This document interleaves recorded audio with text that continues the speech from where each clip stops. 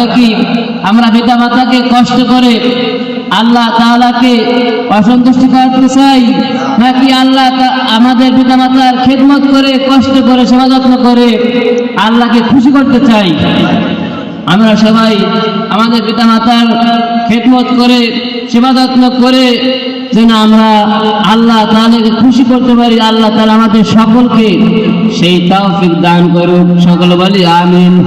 আরো হাদিস শরীফ রাসূল করিম সাল্লাল্লাহু আলাইহি ওয়াসাল্লামের কাছে এক সাহাবী জিজ্ঞাসা করলেন, আল্লাহ রাসূল, আমার কাছ থেকে ভালো ব্যবহার, ভালো পারিশ্রমিক পাওয়ার আমার কাছে আমার হক সবচেয়ে বেশি পাওয়া যোগ্য কে? রাসূল করিম সাল্লাল্লাহু আলাইহি ওয়াসাল্লাম বললেন, তোমার মা। সাহাবী আবার প্রশ্ন করলেন, আমার কাছ থেকে সেবা যত্ন পাওয়ার সবচেয়ে হকদার কি বেশি? আর রাসূল আবার বললেন, তোমার মা। সাহাবী আবার প্রশ্ন করলেন যে আমার কাছ থেকে সুন্দর সুন্দর ব্যবহার, ভালো ভালো সেবা যত্ন খিদমত পাওয়ার সবচেয়ে উত্তম ব্যক্তিকে? আল্লাহ রাসূল দ্বিতীয়বারও বললেন, তোমার মা। চতুর্থবার আমাদেরকে আশ্বাস বাণী শোনালেন, তোমাদের পিতা। তার পিতার সে মাকে আল্লাহ তাআলা 3 গুণ বৃদ্ধি করে দিয়েছেন, তাই না? আল্লাহ তাআলা কেন পিতার সে মাতার সম্মান 3 গুণ বৃদ্ধি করে দিলেন? আমরা যদি সামান্য চেষ্টা করে বুঝতে পারবো। যারা আমাদের মা বোন যারা আছেন, তারা যখন গর্ভধারণ করেন, যখন বাচ্চা গর্ভে থাকে, তখন মা ঠিক মতো খাবার খেতে পারে না, ঘুমাতে পারে না, ঠিক মতো খাওয়ার নাই, ঠিক মতো ঘুম নাই সন্তানের জন্য। এই জন্য মা যেহেতু সন্তান লালন পালন করে, সন্তান বুকে ধারণ করে, কষ্ট করে তাকে দুধ পালন করে, এই জন্য আল্লাহ তাআলা বাপের সে পিতার সে মাতার মর্যাদা, মাতার সম্মান 3 গুণ বৃদ্ধি করে দিলেন। এমনকি পিতা মাতা যদি আমার আপনার জন্য বদদোয়া করে, তাহলেও বদদোয়া কবুল হয়ে যাবে। পিতা মাতা দোয়া করলেও কবুল, আর বদদোয়া করলেও কি কবুল। রাসূল করিম সাল্লাল্লাহু আলাইহি ওয়াসাল্লামের কাছে এক সাহাবী আসলেন, এসে বললেন, আল্লাহ রাসূল, আমি আপনার হাত দিয়ে শপথ করতে চাই, আমি জিহাদ করতে চাই, আমি যুদ্ধে যেতে চাই, আমি হিজরত করতে চাই। আল্লাহ রাসূল বললেন, তোমার কি পিতামাতা বেঁচে আছে কিনা? সাহাবী বললেন, হ্যাঁ, আমার বাড়ি পিতামাতা উভয় বেঁচে আছে। আল্লাহ রাসূল বললেন, তুমি ফিরে যাও, ফিরে গিয়ে তুমি তোমার পিতামাতার খেদমত করো, দেখাশোনা করো, এইটাই তোমার জন্য জিহাদ হয়ে যাবে। কি হয়ে যাবে? জিহাদ করা কোনো মাঝে মধ্যে ফরজ। এই ফরজ ইবাদত বাদ দিয়ে আল্লাহ রাসূল সাল্লাল্লাহু আলাইহি ওয়াসাল্লাম কি বলেছেন? পিতা মাতার খেদমত করার কথা বলেছেন। আমরা অনেকে আছি ঠিক মতো 5 ওয়াক্ত নামাজ পড়ি, কিন্তু পিতা মাতার কোনো দেখাশোনা করি না। ঠিক মতো রোজা রাখি, কিন্তু পিতা মাতার সাথে খারাপ ব্যবহার করি। ঠিক মতো কোরআন তেলাওয়াত করি, নামাজ পড়ি, কিন্তু পিতা মাতার সাথে এমন খারাপ আচরণ করি। বছর পর বছর, মাসের পর মাস পিতা মাতার সাথে কথা বলে না সন্তান। কেমন তোমার বড় সন্তান আপন পিতার সাথে, আপন মায়ের সাথে দিনের পর দিন, সপ্তাহের পর সপ্তাহ কথা বলে না। তো জিজ্ঞাসা করা, মুরব্বী কেমন আছেন?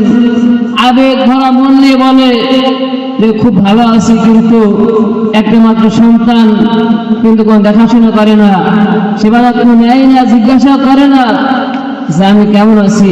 বৃদ্ধ বয়সে, শেষ বয়সে আসি, এখন আমার নিজের খাবার নিজে ইনকাম করতে হয়।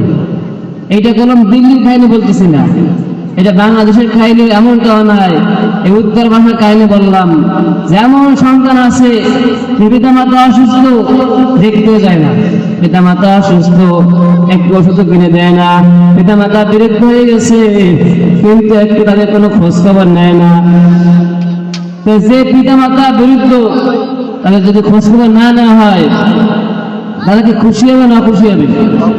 তারা যদি নামাজও পড়ে, তা আল্লাহ কি খুশি না খুশি?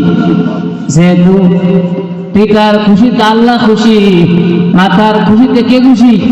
আল্লাহ খুশি। তুমি যদি নামাজও করো, তুমি যদি রোজাও রাখো, তুমি যদি হজও করো, কিন্তু তোমার পিতা মাতার খেদমত তোমাকে অবশ্যই করতে হবে। হবে না? তবে একটা বিষয় আছে, পিতা মাতা যখন বৃদ্ধ হয়ে যায়, বয়স্ক হয়ে যায়, আমি হয়তো গতকালকে একটা উপমা দিয়েছিলাম যে আমরা যে মোবাইল ব্যবহার করি, মোবাইল ব্যবহার করার সময় দেখা যায় যখন মোবাইলের বয়স একটু বৃদ্ধি হয়ে যায়, যখন ওয়ারেন্টি শেষ হয়ে যায়, তখন দেখা যায় আজকে বাটনে কাজ করে না, 2 দিন পরে স্পিকার গান গান করে, 3 দিন পরে কথা ভালো বোঝায় না, কয়েকদিন পরে হয়তো হ্যাং হয়ে যায়। পিতা মাতা যখন বয়স হয়ে যায়, মোবাইলের মতো আজকে তার হাতে কাজ করে না, 2 দিন পরে তার চক্ষুতে কাজ করে না, কয়েকদিন পরে তার ব্রেন স্লো হয়ে যায়। হয়তো এই জন্য ব্রেন স্লো হয়ে যাওয়ার কারণে আপনার আমার সঙ্গে মাঝে মধ্যে দুর্ব্যবহার করতে পারে, আপনার আমার সঙ্গে খারাপ ব্যবহার করতে পারে।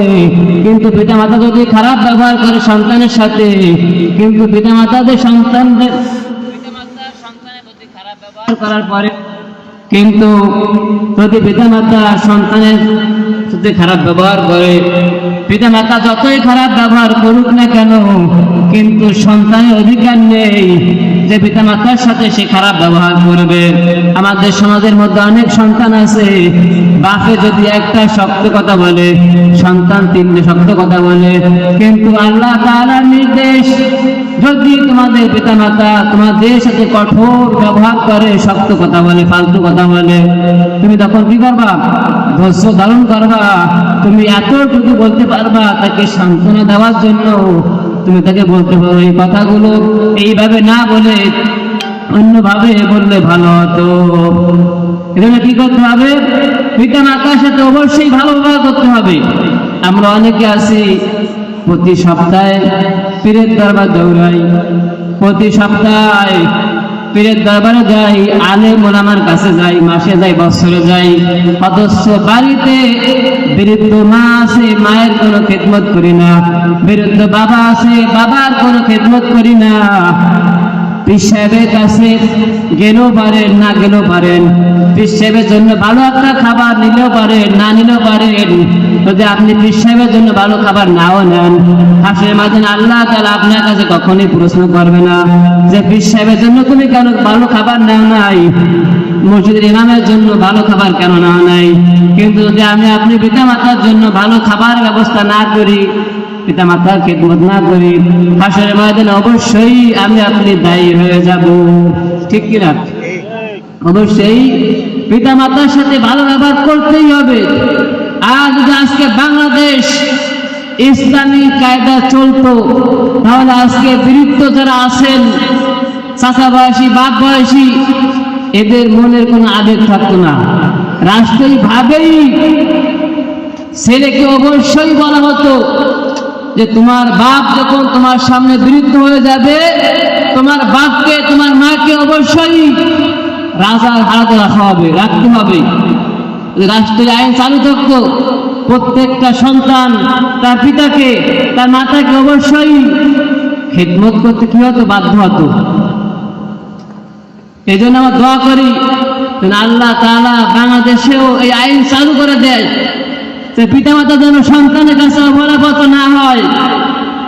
সারাটা বছর যে পিতা কষ্ট করে লালন পালন করে মাথার ঘাম কাপ গায়ে ফেলে তোমার আমার জন্য, তোমার আমার কল্যাণের জন্য, রাত্রের ঘুম হারাম করে রোদে পুড়ে বৃষ্টিতে ভিজে শীতকালে শীত ভোগ করে তোমাকে লালন পালন করে বড় করে তুললো। তুমি যখন কর্মশীল হয়েছো, টাকা পয়সার মুখ দেখেছো, কিন্তু তোমার কাছে তোমার পিতা মাতাকে তিলের মতো। তুমি যখন তাকে একটা ভালো খাবার এনে দেবে, তখন তোমার বাপ ভালো খাবার খাবে, কিন্তু এই সময় তুমি তোমার বাপের কোনো খবর নাও না, তোমার মা বাপের কোনো খেদমত করো না, কোনো মা বাপের খেদমত করা তুমি গ্রহণ করো না, তুমি অপেক্ষায় থাকো। আজকে তুমি তোমার সন্তানের সামনে যেভাবে খারাপ ব্যবহার করতেছো, তোমার সন্তানও একদিন এমন একটা দিন আসবে, তোমার সন্তান তুমি যে খারাপ ব্যবহার করতেছো এছাড়া 10 গুণ খারাপ ব্যবহার করবে। আল্লাহ রাসূলের অভিশাপ আছে না যে ধ্বংস কি পুরো সাকার হয়ে যাবে, এমনটা নাকি? না, কখনোই না। যদি আমি আমার মায়ের খেদমত না করি, যদি আমি আমার বাপের খেদমত না করি, কোশ্চিন কালেও আমার ছেলে আমার খেদমত করবে না। কথা ঠিক কি ঠিক কিনা? আজকে বাংলাদেশে সন্তান বলে অধিকাংশ সন্তান পিতা মাতার খেদমত করতে চায় না। 2019 সালে সোনার বাংলা পত্রিকায় একটা ঘটনা পড়েছিলাম, সৌদি আরবের ঘটনা, যে সৌদি দুই ভাই মায়ের খেদমত নিয়ে ছোট ভাইকে বলতেছে যে আমার মা আমার ভাই থাকবে, আমার ঘরে খাবে, খেয়ে থাকুক না খেয়ে থাকুক আমার কাছে থাকবে। আবার বড় ভাই সে দাবি করতেছে যে এটা হবে না, আমার মা আমার কাছে থাকবে, আমারটা খাবে, আমারটা পরবে, আমার পাশে আমার ঘরেই থাকবে। এই দুই ভাইয়ের প্রতিযোগিতা, কোর্টে মামলা গেছে, ঠিক আছে? বাংলাদেশে মামলা হচ্ছে, পিতামাতা অভিযোগ করে যে আমার সন্তান আমার দেখাশোনা করে না। আর সৌদি মামলা গেছে কোন বিষয়ে? যে দুই ছেলে দুইজনই দাবি করতেছে যে দুজনে কি পিতাকে মাতাকে সেবা যত্ন করে না। এই বিচার যখন বিচারক যাচ্ছে, এই বিচারকও তিনি হতভম্ব হয়ে গেছেন যে কি অভিযোগ। দুইটা সন্তানই চাচ্ছে কি দুজনেই তার আপন মাথায় খাবার দেবে। শেষ পর্যায়ে বিচারক অনেক কিছু দেখার পরে বিচার করছে কি, যে বড় ছেলে, যে বড় সন্তান, সে নিজেই বিরুদ্ধে হয়ে গেছে, মানে সে নিজেই চলতে পারে না। সে যখন চলতে না পারে, সে তার বিরুদ্ধ মাতাকে নেওয়া পরে আর তা ঝামেলা বাঁধবে না। এই জন্য বিচারক বিচার করেছে যে না, তুমি বড় সন্তান, তুমি নিজে চলতে পারো না, তা তোমার ছোট ভাই কি করবে? তোমার মায়ের দায়িত্ব নেবে। সৌদির বিচার হচ্ছে এই, সৌদির আদালতে অভিযোগ হচ্ছে এই। আর আজকে বাংলাদেশের ইতিহাসে এমন কোন ইতিহাস দেখা যায় নাই যে পিতা মাতাই অভিযোগ করছে, সন্তান এই অভিযোগ করছে। আমাদের সমাজে পিতা মাতার অভিযোগ কি, যে আমার সন্তান কি করে না, আমার দেখাশোনা করে না, আমার খেদমত করে না। আমরা আমাদের পিতা মাতাকে খাবার দিই কি আপনি জানেন?